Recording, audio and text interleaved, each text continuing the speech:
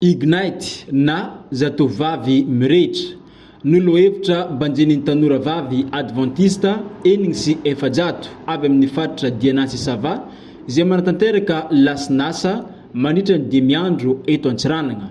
Hananan'ireo tanora ho avy mamiratra, tsy ho vesitra eo anivon'ny fiarahamonigny ary tsy ankindoha amin'ny hafa no tanjona amin'ny fiofanana arak'asa izay natokana ho an'ny tanora vavy folatra amin'ny 20 taona ity. Tanjona tiana tratrarina zany dia ny atonga an'ireto tovovavy folo ka hatramin'ny 20 taona reto hanana ho avy mamiratra ahafahany miatrika ny ho aviny zany ho fanina arak'asa izy ireo mba havely tena dieny izao fa tsy hoe miandry rehefa ao ambadika kely eo.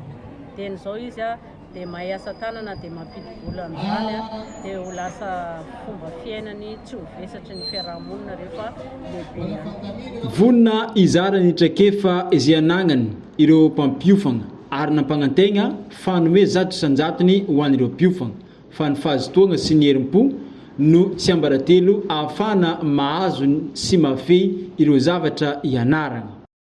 Sinanay zegny tegna ny vogny zegny zay ampita fahalalagna amin'ireo zandrinay aby io dia zay mila mazoto zegny amin'ny raha atao tsy hoe misalasala na mora kivy ka olo tia raha zegny olo tsy mora kivy mila manana herim-po agnatin'ny saigny hoe vitako ty dia mora be zegny mavita izy hatrany. Hizara ny fiofanana amin'ny tanora vavy mitovy aminy no tanjona sy antony anosika ny Charma hiatrika ity fiofanana arak'asa natokana ho an'ny tanora vavy ity. Ny mba ampianatra ireo tanora mitovy-taogna aminaka ary mba andresilatra ireo koa hoe ny fotoagna tsy lalaina amin'ny raha maro samihafa mba tsara ny mba mianatra.